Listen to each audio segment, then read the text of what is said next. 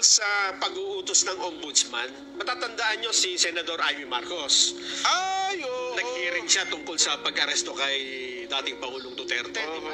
At meron siya mga inilabas na mga nilabag ninyo ito. Nag-file po siya ng kaso sa ombudsman. At ang ginawa ng ombudsman, inutusan ng ilang matataas na opisyal ng gobyerno na mag-submit ng counter affidavit. Ang bilis nga raw, nagtaka sila dyan, ha? Oo. Para daw Rocky Marciano, itong Talaga. ano ngayon.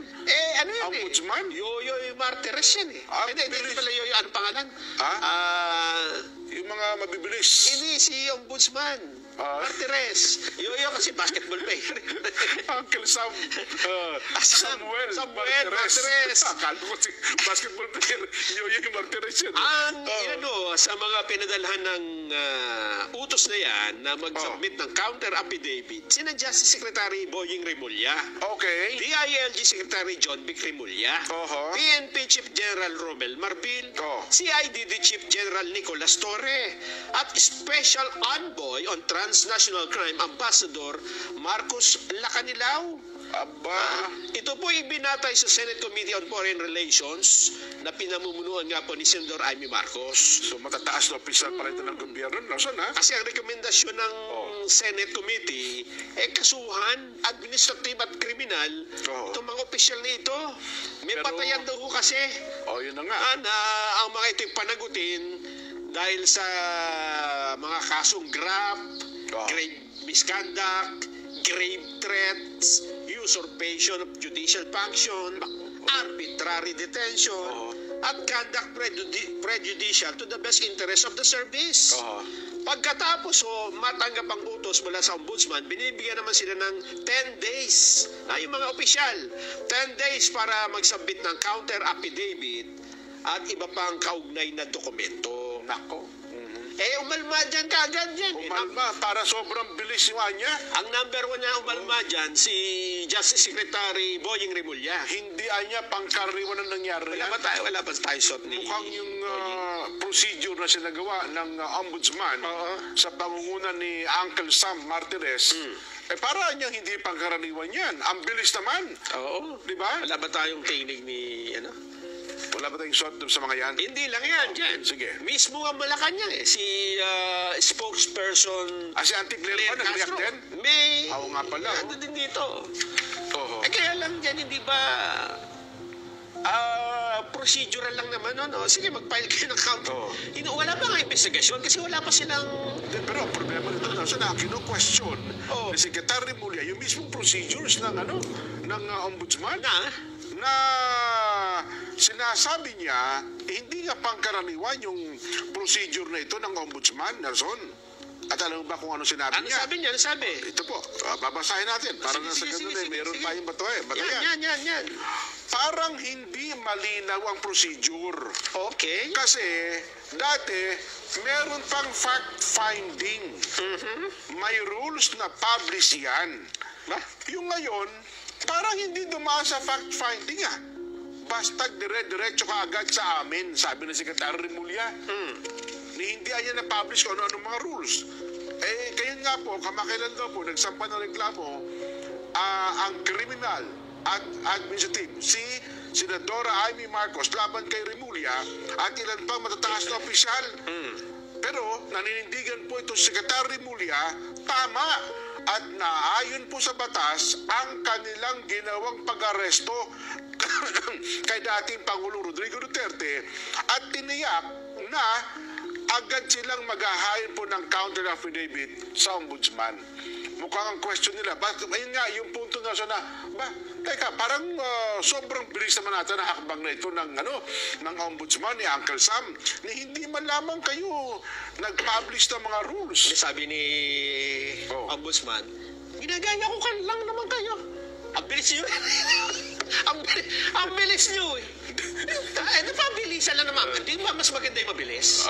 Totoo naman. Diba? Kasi justice delayed is Justice, justice denied. Ay, nako. Ano ba sabi niya? Walang suit, sayang, ano? Buti nga araw niya, wala ako nakaready aeroplano eh. Sabi ni Ombudsman. Nagkawa ko niya, ay, nako. Sa inyo nga niya, pagkakahuli mo, aeroplano na pala kaagad ang pupuntahan ng dating Pangulong Duterte.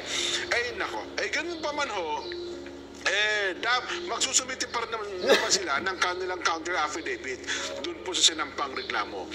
Aywan ko lang, doon ho sa ating mga kababayan. Kasi ang ombudsman, Nelson, ay meron din po silang motu proprio power eh. Di ba?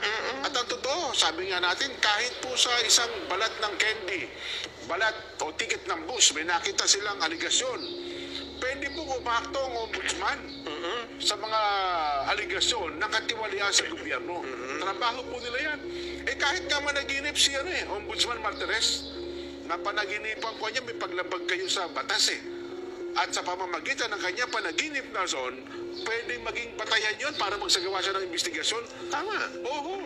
Mapasama lang ang gising niya, halimbawa. Aba, pwede niyang gawin yun. At yung paghingi... Hindi mo pwedeng questionin. At saka yung paghingi ng counter affidavit, part naman ng ano yun ng procedure. Due process. Yes. Kasi paano ka makapagkaroon ng fact-finding? Wala nang... Dapat kunin yung panig ng kabila. Di ba? Naman, Nako. At saka yung tungkol dito sa investigasyon, napakahaba nung Senate hearing di ba? Palagay ko, ang proseso talaga ay sumagot sila. Yan yung counter affidavit. Na hinihingi sa kanila. Wala pa namang desisyong kasuhan sila. Kung mabilis bilisan nyo rin ang pagsagot. Ay, bilisan nyo rin ang pagsagot kasi pagbabagal-bagal kayo. Yun nga. Di ba? At saka nasagot naman din nila sa Senado, di ba? Na humarap din naman sila doon. Yun din naman ang paliwanag. Sabi nyo naman, nasunod din nyo ang mga alitundo nyo ng batas. Di ba? Si Ombudsman Martires naman ay dating retired di ba? Justice. Retired justice Alam niya ang kanyang ginagawa. Well, kayo po ang aming tatanungin. Ipasa natin sa taong bayan, Nelson. Masyado nga bang mabilis ang ombudsman sa kanilang pag-akto doon sa sinampang reklamo laban sa ano ba yan? Mga matataas na opisyal ng gobyerno, sa pagpapakulong o pagpapahuli sa dating Pangulong Rodrigo Duterte. Yan. Kung ang sagot niyo po, masyado silang mabilis. Letter A. Kung ang sagot niyo, hindi naman po. Tama lang yung ginawa ng ombudsman. Yan. B. Hindi po. Tama lang po yung ginawa ng ombudsman. A. Opo, masyado silang mabilis. B. Hindi po. Kaya, ano ba naman ito? Ang tanong ko natin, masyado nga bang mabilis ang ombudsman sa kanilang pag-akto sa sinampang reklamo ni Senadora Amy laban sa matataas na opisyal ng gobyerno? Sagot ng ating reactors, B. Tama lang po yun.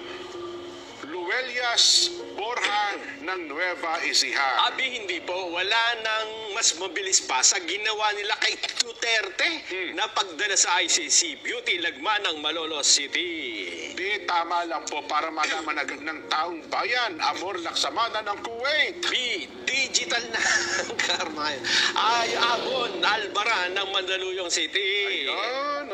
Pasensya na kayo. Hindi kami naniniwala sa Carmen. Ay, nako. Pa-shout out daw po sa Fuentes family.